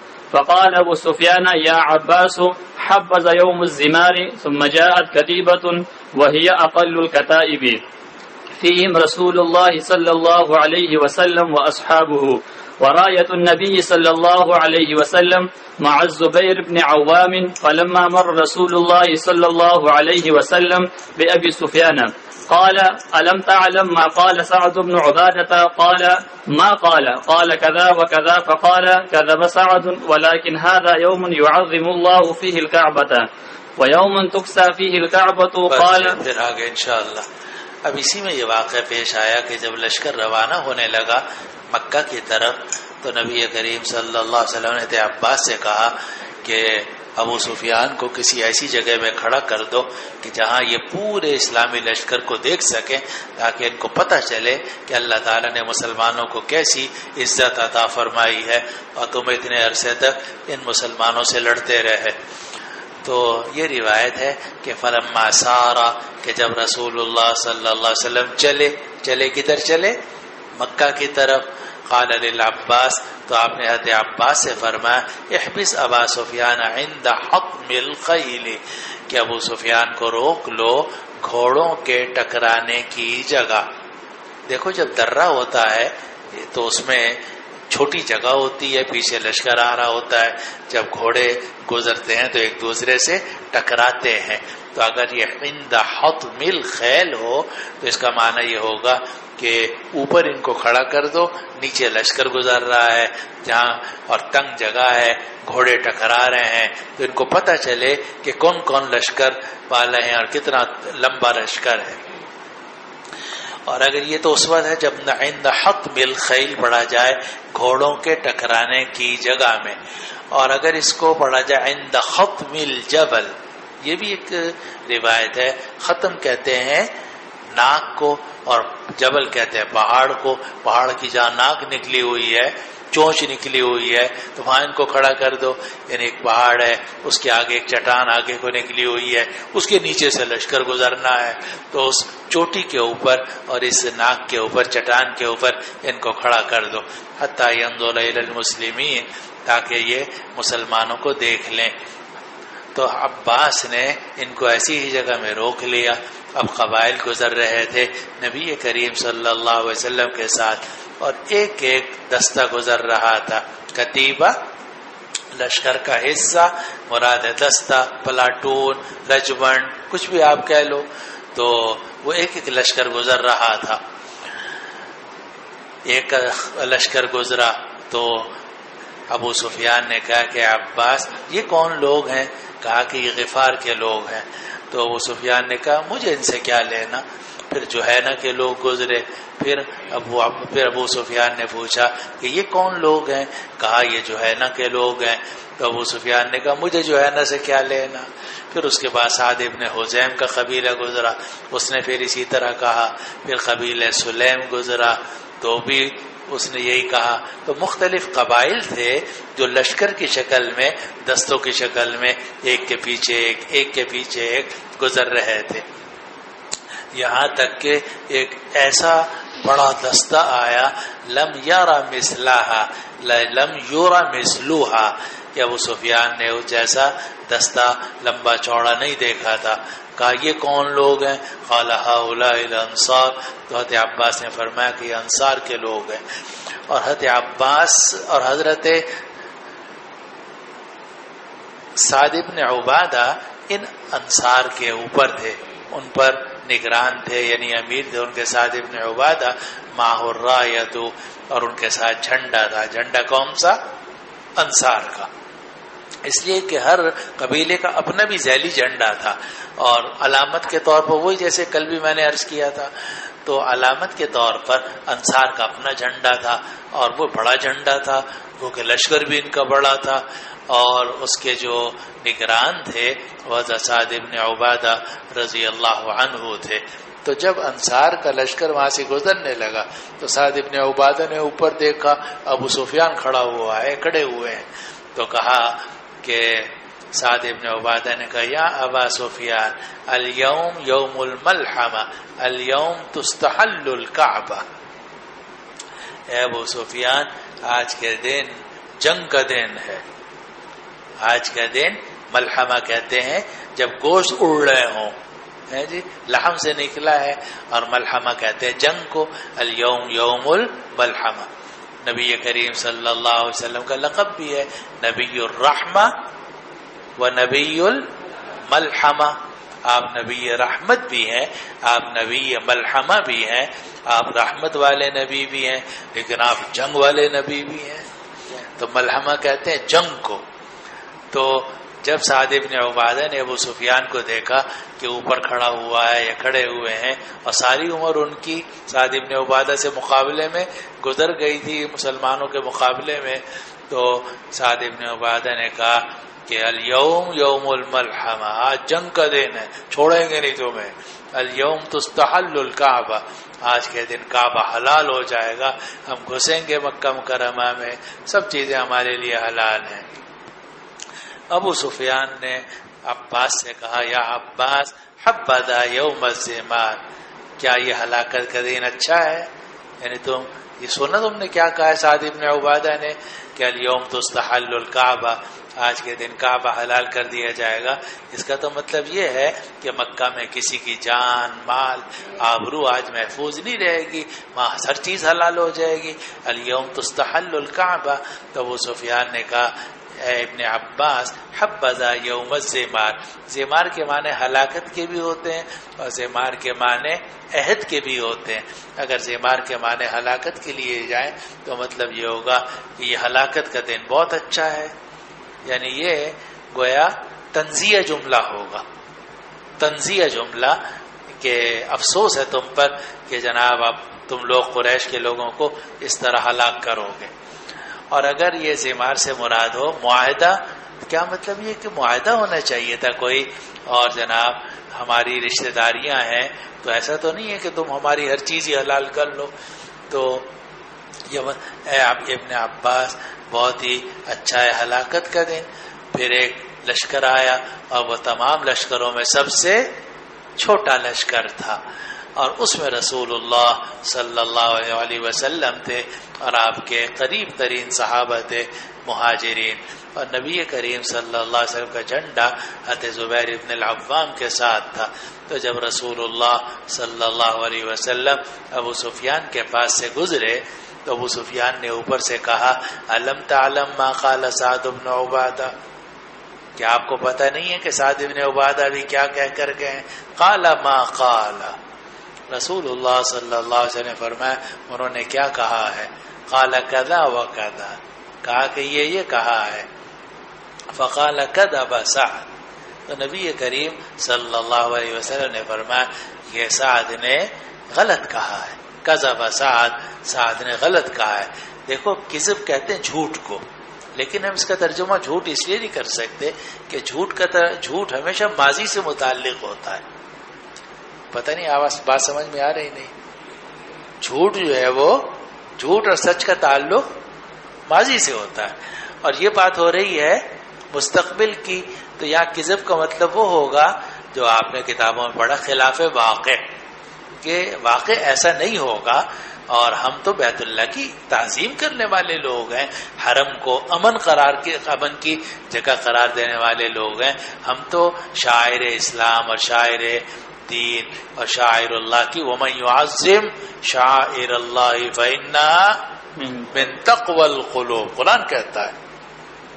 اور اسی لیے آپ جانتے ہیں کہ صلح حدیبیہ کے موقع پر آپ نے لشکر کشی نہیں کی، حالانکہ اگر آپ چاہتے تو گھس سکتے تھے، لیکن آپ نے کہا کہ حرم امن کی جگہ ہے، اور جس طرح اصحاب الفیل کو روکا گیا اسی طرح میری اونٹنی کو بھی روک دیا گیا۔ تو آپ نے فرمایا کہ سعد نے غلط بات کہی ہے، یعنی خلاف واقع بات کہی ہے، لیکن یہ ایک دن ایسا دن ہوگا یعظم اللہ فیہ الکعبہ کہ اللہ تعالیٰ کعبے کو اور عظمت دے گا، وَيَوْمٌ تُقْسَى فِيهِ الْكَعْبَةُ، اور یہ ایک ایسا دن ہے کہ جس میں کعبے کو غلاف پہنایا جائے گا۔ اور اسی سے مسئلہ نکل آیا کہ کعبے کو غلاف پہنا دینا جائز ہے، کوئی بدعت نہیں ہے۔ وَيَوْمٌ تُقْسَى فِيهِ الْكَعْبَةُ، تو آپ نے فرمایا کہ یہ دن تو ایسا دن ہے کہ اللہ تعالیٰ کعبے کی تعظیم کرے گا، اور اس میں کعبے کو غلاف پہنایا جائے گا۔ اور یہاں تو نہیں ہے لیکن سیرت کی کتابوں میں ہے۔ پھر کیا آپ کو ڈر ہوا کہ سعد بن عبادہ کہیں قتال نہ شروع کر دیں؟ چنانچہ آپ نے جھنڈا حضرت سعد بن عبادہ سے لے کر ان کے بیٹے قیس کو دے دیا، قیس ابن سعد ابن عبادہ کو دے دیا۔ پھر بعد میں آپ نے یہ مناسب سمجھا کہ انصار اور مہاجرین سارے ایک ہی جھنڈے کے نیچے آ جائیں، چنانچہ آپ نے فرمایا سب ایک ہی جھنڈے کے نیچے آ جاؤ۔ چنانچہ وہ جھنڈا جو ہے زبیر ابن العوام رضی اللہ عنہ کا تھا، اسی کے نیچے سارے مہاجرین سب انصار اسی کے نیچے آ گئے۔ چلو جی آگے۔ قال وأمر رسول الله صلى الله عليه وسلم أن تركز رايته بالحجون قال رسول اللہ صلی اللہ علیہ وسلم نے حکم دیا کہ ان کا جھنڈا حجون میں گاڑا جائے۔ حجون یہ معلّہ جہاں مقبرہ ہے نا، معلّہ اس کے قریب جگہ ہے، بالکل تقریباً وہی جگہ ہے، اس سے سڑک کے پلی طرف، تو وہ حجون کا علاقہ کہلاتا ہے کہ میرا جھنڈا وہاں گاڑ دیا۔ اور اصل میں اس آگے آ رہا ہے کہ نبی کریم صلی اللہ علیہ وسلم سے پوچھا گیا کہ آپ مکہ تشریف لے جا رہے ہیں، آپ کا وطن ہے، تو آپ وہاں کہاں قیام کریں گے؟ آپ نے فرمایا هل ترک لنا عقیل منزلا، کہ ہمارے رشتہ دار تو سب ہمارا گھر بیچ کے کھا گئے، اب کہاں ہم ٹھہریں گے؟ پھر آپ نے حکم دیا کہ میرا خیمہ جو ہے حجون میں گاڑا جائے اور میرا جھنڈا بھی وہاں گاڑ دیا جائے، میں وہاں قیام کروں گا۔ اور حجون وہ جگہ ہے کہ جہاں سے مکہ مکرمہ میں اندر داخل ہوتے ہیں، اونچی جگہ ہے، قبرستان معلّہ بھی وہیں ہے، اور یہی وہ جگہ ہے جہاں شیب ابی طالب تھا، اور شیب ابی طالب اس کے قریب میں ہے۔ تو وہاں وہ گھاٹی تھی جس میں 3 سال تک بنو ہاشم کو محصور رکھا گیا تھا، اور ان کا پورے قریش نے بائیکاٹ کر دیا تھا محمد مصطفیٰ صلی اللہ علیہ وسلم کی وجہ سے، کیونکہ بنو ہاشم محمد صلی اللہ علیہ وسلم کا ساتھ چھوڑنے پر راضی نہیں تھے۔ ابو طالب حالانکہ مسلمان نہیں ہوئے تھے، لیکن وہ کہتے تھے میں اپنے بھتیجے کا ساتھ نہیں چھوڑ سکتا، اور ان کا ٹھیک ہے ہم تمہارا بائیکاٹ کریں گے۔ ابو طالب نے کہا ٹھیک ہے بائیکاٹ منظور ہے۔ چنانچہ 3 سال تک یہ حضرات شیب ابی طالب میں محصور رہے۔ تو جس جگہ میں 3 سال تک یہ محصور رہے اس کے ساتھ اس کے سامنے کی جو جگہ تھی حجون، آپ نے فرمایا میرا جھنڈا وہاں گاڑو اور میرا خیمہ وہاں لگاؤ. چلو قال عروة وقال أخبرني نافع بن جبير بن مطعم قال سمعت العباس يقول للزبير بن العوام يا أبا عبد الله ها هنا أمرك رسول الله صلى الله عليه وسلم أن تركز الرأية. قال نافع ابن جبیر ابن مطعم نے مجھے بات بتلائی کہ میں نے عباس کو سنا رضی اللہ عنہ، وہ زبیر ابن العوام سے کہہ رہے تھے اے ابو عبداللہ اس جگہ میں رسول اللہ صلی اللہ علیہ وسلم نے تمہیں حکم دیا ہے کہ تم یہاں جھنڈا گاڑو، یعنی حجون کے مقام پر شیب ابی طالب کے سامنے نبی کریم صلی اللہ علیہ وسلم کا جھنڈا بھی گاڑو اور خیمہ بھی لگاؤ تاکہ علامت ہو کہ یہاں نبی کریم صلی اللہ علیہ وسلم تشریف فرما ہے. جی. قال وأمر رسول الله صلى الله عليه وسلم يومئذ خالد بن الوليد أن يدخل من أعلى مكة من قداء ودخل النبي صلى الله عليه وسلم من قداء. اب آپ یہ بات سمجھو کہ ایک مکہ مکرمہ میں داخل ہونے کا راستہ اوپر سے اسے کہتے ہیں قدا، اور ایک نیچے سے نکلنے کا راستہ ہے جسے کہتے ہیں قدن. تو نبی کریم صلی اللہ علیہ وسلم اوپر کے راستے سے داخل ہوئے اور آپ نے حضرت خالد بن ولید کو کہا تھا کہ تم اس نیچے کے راستے سے آؤ، اور کچھ لشکر وہاں سے آیا، زیادہ لشکر یہاں سے آیا، پھر یہ دونوں آ کر حرم کے قریب میں آ کر مل گئے. تو جو زیادہ روایتیں آ رہی ہیں آگے بھی آ رہی ہیں وہ یہ ہے کہ نبی کریم صلی اللہ علیہ وسلم اوپر کے راستے سے آئے ہیں قدا، اور وہیں حجون بھی ہے، وہیں معلّہ بھی ہے مقبرۃ المعلّہ. اور خالد بن الولید رضی اللہ عنہ کو آپ نے فرمایا تھا کہ تم قدا کے راستے سے آؤ، نیچے کے راستے سے آؤ تاکہ وہاں اگر کوئی مقابلہ ہو، اور وہیں مقابلہ بھی ہوا. چنانچہ حضرت خالد بن الولید رضی اللہ عنہ اور بعض مشرکین کے درمیان مقابلہ بھی ہوا، 2 صحابی بھی اس میں شہید ہوئے. چلو جی آگے. فقتل من خیل اب اس میں جو آ رہا ہے نا کہ رسول اللہ صلی اللہ علیہ وسلم نے خالد بن ولید کو حکم دیا تھا کہ وہ مکہ کے اوپر سے داخل ہو قدا سے، یہ تمام روایات کے خلاف ہے. اسی طرح اس روایت میں آ رہا ہے کہ نبی کریم صلی اللہ علیہ وسلم قدا سے داخل ہوئے، حالانکہ دونوں باتیں جو ہیں تمام روایات کے خلاف ہیں. اس روایت میں تسامح ہے، اور صحیح بات یہ ہے کہ نبی کریم صلی اللہ علیہ وسلم داخل ہوئے تھے قدا سے، اور خالد بن ولید داخل ہوئے ہیں قدن سے. جی. فقتل من خيل خالد يومئذ رجلان حبيش بن الأشعر وكرز بن جابر الفهري. جی ہاں چلو جی.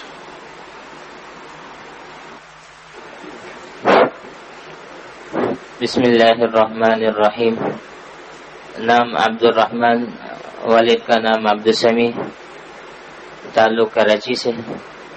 ابتدائی 4 درجات بلدیہ ٹاؤن میں پڑھے اور درجہ بلدیہ ٹاؤن جی، اور درجہ خامسہ اور سادسہ ناظم آباد گول مارکیٹ میں پڑھے، اور سابعہ سے جامعہ میں زیر تعلیم. بسند المتصل منا إلى الإمام البخاري رحمه الله تعالى ومتعنا بعلومه وبركاته آمين. قال حدثنا أبو الوليد قال حدثنا شعبة عن معاوية بن قرة قال سمعت عبد الله بن مغفل يقول رأيت رسول الله رضي الله عنه وعنهم يقول رأيت رسول الله صلى الله عليه وسلم يوم فتح مكة على ناقته وهو يقرأ سورة الفتح يرجع وقال لولا أن يجتمع الناس حولي لرجعت كما رجع. روایت نقل کی ہے معاویہ ابن قرہ سے کہ میں نے عبداللہ ابن مغفل رضی اللہ عنہ کو سنا، وہ فرماتے تھے کہ میں نے رسول اللہ صلی اللہ علیہ وسلم کو فتح مکہ والے دن دیکھا کہ آپ اپنی اونٹنی پر سوار تھے اور آپ سورۃ الفتح پڑھ رہے تھے. انا فتحنا لک فتحا مبینا، یرجع اور ترجیع کر رہے تھے. اور راوی کہتے ہیں اگر یہ بات نہ ہوتی کہ لوگ میرے ارد گرد جمع ہو جائیں گے تو میں تمہیں ترجیح کر کے دکھاتا، جیسا کہ رسول اللہ صلی اللہ علیہ وسلم نے ترجیح کی. اب یہ ترجیح جو ہے اس کا دو مفہوم ہو سکتے ہیں. یا تو وہ ترجیح اذان والی ترجیح ہوگی کہ جس میں حی علی الصلاح حی علی الفلاح پہلے زور سے کہا جاتا ہے، پھر اس کے بعد آہستہ کہا جاتا ہے امام شافعی رحمہ اللہ کے نزدیک. تو اس ترجیح کا معنی ہوتے ہیں دہرانے کے، ترجیح کے معنی دہرانے کے. تو اگر ترجیح کا مطلب دہرانا لیا جائے تو مقصد یہ ہوگا کہ نبی کریم صلی اللہ علیہ وسلم آیت پڑھتے تھے پھر اس کو دہراتے تھے. گویا آپ قرآن مجید کی اس قراءت سے لطف لے رہے تھے. انا فتحنا لک فتحا مبینا، پھر پڑھتے تھے انا فتحنا لک فتحا مبینا.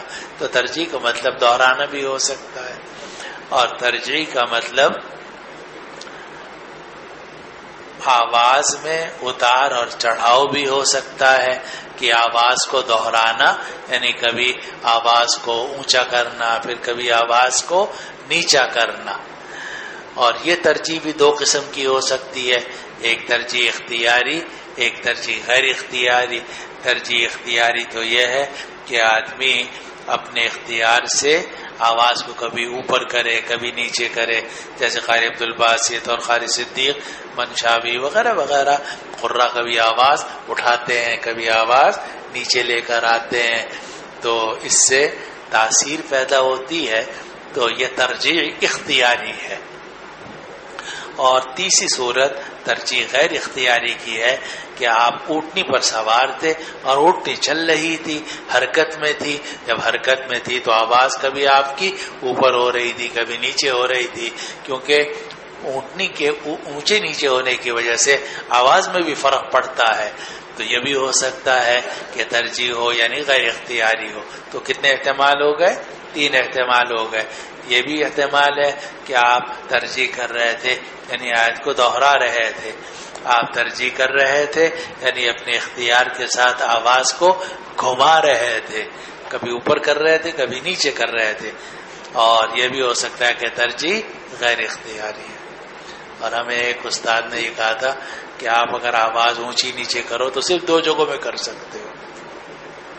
قراء بھی اگر آواز اٹھاتے ہیں یا آواز کو نیچے لے کر آتے ہیں یا آواز کو گھماتے ہیں یا لہجہ بناتے ہیں تو صرف 2 جگہوں میں بنا سکتے ہیں، اس کے علاوہ کوئی راستہ نہیں ہے.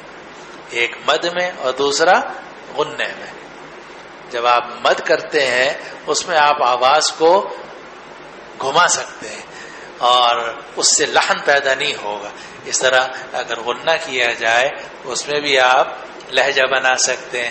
باقی اس کے علاوہ اگر آپ کسی بھی حرف میں اگر آپ نے کوئی لہجہ بنانے کی کوشش کی تو یا لحن خفی ہوگا یا لحن جلی ہوگا اور تجوید اور قراءت سے بالکل خارج ہو جاؤ. کیوں قراء صاحبان کون بیٹھے ہیں؟ قراء صاحب کیوں قاری صاحب صحیح ہے یہ. تو اگر کسی نے لحن کرنا ہے یعنی لہجہ بنانا ہے، چاہتا ہے کہ لہجہ میرا خوبصورت ہو، تو اس کا بھی صرف ایک ہی 2 راستے ہیں، ایک مد دوسرا غنہ. باقی آپ ہا قاف واو ہر اس میں کئی آواز نہیں گھما سکتے. آپ گھمائیں گے تو آپ کی قرات ختم ہو جائے گی، لحن کر بیٹھیں گے آپ. وہ تو آواز گھمانے کا کوئی سوال ہی نہیں ہے. ہر حرف اپنی جگہ سے نکالنا ضروری ہے. البتہ مد میں اور غننے میں گنجائش ہو جاتی ہے. چلو جی. وبه قال حدثنا سليمان بن عبد الرحمن قال حدثنا سعدان بن يحيى قال حدثني محمد بن أبي حفصة عن الزهري عن علي بن حسين عن عمرو بن عثمان عن أسامة بن زيد رضي الله تعالى عنه وعنهم أنه قال زمن الفتح يا رسول الله أين تنزل غدا؟ قال النبي صلى الله عليه وسلم وهل ترك لنا عقيل من منزل؟ ثم قال لا يرث المؤمن الكافر ولا يرث الكافر المؤمن. قيل للزهري ومن ورث بطالب؟ قال ورثه عقيل وطالب. قال معمر عقيل وطالب. قال معمر عن الزهري أين تنزل غدا؟ في حجته. ولم يقل يونس في حجته ولا زمن الفتح. اب یہ سمجھو کہ نبی کریم صلی اللہ علیہ وسلم جب ہجرت کر کے تشریف لے گئے مکہ مکرمہ سے مدینہ منورہ تو آپ کی جائیدادیں یہیں رہ گئیں ساری.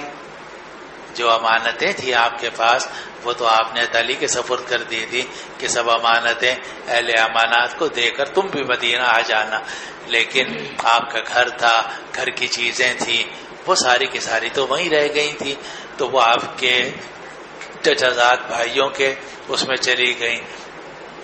ابو طالب آپ کے چچا تھے، اور یہ وہ چچا تھے جنہوں نے نبی کریم صلی اللہ علیہ وسلم کی بہت خدمت کی، بہت مدد کی، اور اسی لیے جس سال ابو طالب کا انتقال ہوا اس کو عام الحزن کہا جاتا ہے۔ اسی سال میں حضرت خدیجہ کا بھی انتقال ہوا، تو یہ دو اہم شخصیتیں تھیں۔ جناب ابو طالب اگرچہ مسلمان نہیں ہوئے لیکن ان کا ذکر ہمیشہ احترام سے کیا جاتا ہے، اس لیے ہمارے اکابر ابو طالب کے بجائے جناب ابو طالب کہتے ہیں، حضرت تو نہیں کہتے لیکن جناب ابو طالب کہتے ہیں۔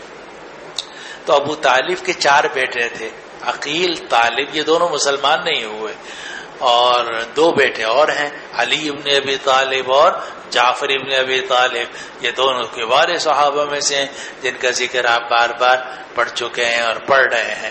اب ہوا یہ کہ ساری جائیدادیں جو تھیں وہ ابو طالب کے پاس تھیں، ابو طالب کے بچوں کے پاس آئیں، ابو طالب کی اپنی بھی اور نبی کریم صلی اللہ علیہ وسلم کے والد حضرت عبداللہ کی بھی، اور خود نبی کریم صلی اللہ علیہ وسلم کی جتنی جائیداد وغیرہ تھی وہ ساری ابو طالب کے 2 بیٹوں کے پاس چلی گئی، عقیل اور طالب۔ پھر اس کے بعد طالب جو ہیں ان کا تو جلدی کو انتقال ہو گیا، گم ہو گئے، کہتے ہیں بدر میں کئی وہ لاپتہ ہو گئے تھے، پتہ نہیں کیا ہوا ان کا۔ اب باقی رہ گیا صرف ایک بیٹا عقیل، وہ مسلمان نہیں ہوئے، انہوں نے یہ کیا کہ سب جائیدادیں بیچ کے کھا گئے، اپنے ابا کی بھی، اپنے بھائیوں کی بھی، اور حضور صلی اللہ علیہ وسلم کی بھی، اور آپ کے والد ماجد جناب عبداللہ کی بھی، جتنی جائیدادیں سب بیچ کے کھا گئے۔ تو جب آپ حجۃ الوداع میں، آپ فتح مکہ کے موقع پر مکہ میں داخل ہونے لگے تو اسامہ ابن زید نے پوچھا، یا رسول اللہ این تنزل غدا، آپ کل کہاں جا کر اتریں گے، کس گھر میں آپ کا قیام ہوگا؟ قال النبی صلی اللہ علیہ وسلم وهل ترک لنا عقیل من منزل، کیا عقیل نے ہمارا کوئی گھر چھوڑا بھی ہے؟ سارا بیچ کے کھا گیا، تو کوئی گھر نہیں چھوڑا، سب بیچ دیا۔ اور اس سے بڑا مسئلہ نکل آیا مولانا، وہ احناف کا مسئلہ کہ اگر کفار کا استیلاء ہو مسلمانوں کے اموال پر تو آیا ملکیت منتقل ہو جائے گی؟ نہیں ہو جائے گی؟ تو احناف کیا کہتے ہیں کہ ہو جائے گی۔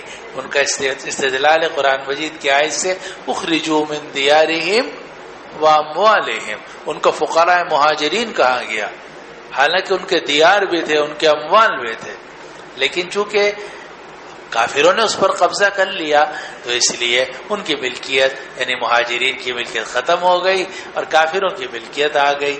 یہاں بھی یہی ہوا کہ نبی کریم صلی اللہ علیہ وسلم کی جو اپنی زمینیں تھیں، اپنے گھر تھے وغیرہ، وہ سب عقیل بیچ کے کھا گئے۔ تو آپ نے فرمایا وَهَلْ تَرَكَ لَنَا عَقِيلٌ مِّن مَنزِلٍ، کہ عقیل نے ہمارا کوئی گھر بھی چھوڑا ہے؟ پھر فرمایا کہ مومن کافر کا وارث نہیں ہوتا اور کافر مومن کا وارث نہیں ہوتا۔ کیا مطلب؟ کہ ابو طالب کے پاس ساری زمینیں تھیں، ابو طالب کی اولاد میں علی اور جعفر تھے، وہ تو مسلمان تھے، تو لا یرث المؤمن الکافر، باقی رہ گئے 2، عقیل اور طالب۔ طالب ویسے ہی گم ہو گئے تھے یا مرا گئے، باقی رہ گیا عقیل، اس نے سب بیچ دیا۔ زہری سے پوچھا گیا کہ ابو طالب کے وارث کون لوگ بنے؟ کہا عقیل اور طالب وارث بنے۔ قال معمر عن الزہری، معمر نے زہری سے کہا کہ پوچھا گیا کہ آپ اپنے حج میں کل کہاں اتریں گے، اور یونس نے نہ حج کا ذکر کیا نہ زمان الفتح کا ذکر کیا، اشارہ کر دیا کہ بعض روایتوں میں حجۃ الوداع کا ذکر آ رہا ہے، لیکن وہ روایت جو ہے راجع نہیں ہے، اصل روایت ہے فتح مکہ والے دن، یعنی یہ سوال اور جواب فتح مکہ والے دن ہوا۔ چلو جی آگے۔ وبه قال حدثنا أبو اليمان قال حدثنا شعيب قال حدثنا أبو الزناد عن عبد الرحمن عن أبي هريرة رضي الله تعالى عنه وعنهم قال قال رسول الله صلى الله عليه وسلم منزلنا إن شاء الله تعالى إذا فتح الله الخيف حيث تقاسموا على الكفر. وبه قال حدثنا موسى بن إسماعيل قال حدثنا إبراهيم بن سعد قال أخبرنا ابن شهاب عن أبي سلمة رضي الله تعالى عنه وعنهم عن أبي هريرة رضي الله تعالى عنه وعنهم قال قال رسول الله صلى الله عليه وسلم حين أراد حنين منزلنا غدا إن شاء الله تعالى بخيف بني كنانة حيث تقاسموا على الكفر. پہلی روایت ہے کہ آپ نے فرمایا کہ ہماری منزل انشاءاللہ جب اللہ تعالی مکہ کو فتح کر دے گا الخیف خیف ہوگی. خیف جو ہے شیب ابی طالب سے گھاٹی سے باہر. خیف کہتے ہیں پہاڑ کی وہ جگہ جو پہاڑ کے دامن میں ہو مگر پانی کے گزرنے کی جگہ سے اوپر ہو. بہت نشیب کی جو حصہ ہے اس میں تو پانی گزرتا ہے، اس سے ذرا اوپر پہاڑ کے دامن میں جہاں لوگ کم مکان بنا لیتے ہیں وہ ہے خیف. تو آپ نے فرمایا کہ انشاءاللہ ہم کل خیف بنو کنانہ پر اتریں گے اور وہاں ہم اپنا خیمہ لگائیں گے، کیونکہ یہی وہ جگہ ہے کہ جہاں حیث تقاسموا علی الکفر، کہ جہاں کفر پر انہوں نے ہمارے خلاف قسمیں کھائی تھی اور 3 سال تک ہمیں شیب ابی طالب میں محصور رکھا تھا. اگلی روایت ہے کہ رسول اللہ صلی اللہ علیہ وسلم نے جب حنین کا ارادہ کیا، یہاں بھی تسامح ہے یا یوں کہہ لو کہ تعبیر میں فرق ہے، ورنہ اصل میں ارادہ آپ کا شروع میں حنین کا نہیں تھا، مکہ کا تھا. جب آپ نے مکہ کا ارادہ کیا تو آپ نے کیا فرمایا؟ منزلنا غدا انشاءاللہ بخیف بنی کنانہ، کہ ہماری منزل کل انشاءاللہ خیف بنو کنانہ پر ہوگی. اور خیف کہتے ہیں پتھریلی زمین کو، بڑے بڑے پتھروں کے نیچے جو چھوٹے چھوٹے پتھر ہوتے ہیں وہاں ٹھہرنا آسان ہوتا ہے، تو وہ خیف کا یہ جگہ کہلاتی. حیث تقاسموا علی الکفر، اور یہ وہ جگہ ہے کہ جہاں انہوں نے کفر پر ایک دوسرے سے قسمیں کھائی تھی، یعنی قسم کھا کر ہمارے ساتھ بائیکاٹ کیا تھا اور 3 سال تک بائیکاٹ رہا. اور ابو طالب کا کیا بائیکاٹ کیا تھا کہ کوئی ان لوگوں کو نہ لڑکی دے گا نہ لڑکی لے گا، نہ ان سے کوئی خرید و فروخت کرے گا، نہ ان کے ہاتھ کوئی چیز بیچے گا، نہ ان سے کوئی چیز خریدے گا. 3 سال تک بنو ہاشم کا بائیکاٹ رہا. اور بنو ہاشم کے اس بائیکاٹ میں ساتھ دینے والے صرف کون تھے؟ بنو المطلب. نہ بنو نوفل نے ساتھ دیا، نہ بنو عبد شمس نے ساتھ دیا. اسی لیے جب وہ مسئلہ آیا خیبر میں خمس کے اندر تقسیم کا، اور آپ نے بنو ہاشم کو بھی دیا، بنو المطلب کو بھی دیا، تو عثمان غنی بھی آئے، جبیر ابن مطعم بھی آئے اور عرض کیا کہ رسول اللہ ہمیں بھی اپنے رشتہ داروں میں شامل کر لیجئے. آپ نے فرمایا انما بنو ہاشم وہ بنو المطلب شیء واحد. بنو ہاشم بنو المطلب تو ایک ہے. وجہ یہ ہے کہ جو مصیبت اور پریشانی کا وقت تھا 3 سال کے بائیکاٹ میں، اس میں بنو ہاشم کا ساتھ صرف دیا تھا کس نے؟ بنو المطلب نے. اس لیے بنو ہاشم بنو المطلب کو تو ذوی القربہ میں داخل سمجھا جائے گا. باقی بنو نوفل اور بنو عبد شمس جو کہ عبد مناف کے باقی 2 بچے ہیں، اولاد ہے، وہ اس میں شامل نہیں ہوں گے. تو حیث تقاسموا علی الکفر کا مطلب یہ ہے کہ جہاں ان کافروں نے کفر کے اوپر ایک دوسرے سے قسمیں کھائی تھی. واللہ سبحانہ وتعالی. آج بہت تھوڑا ہوا ہے، تھک بہت گیا، زیادہ بولنا پڑا اور کتاب تھوڑی سی ہوئی. انشاءاللہ تعالی معاف فرمائے.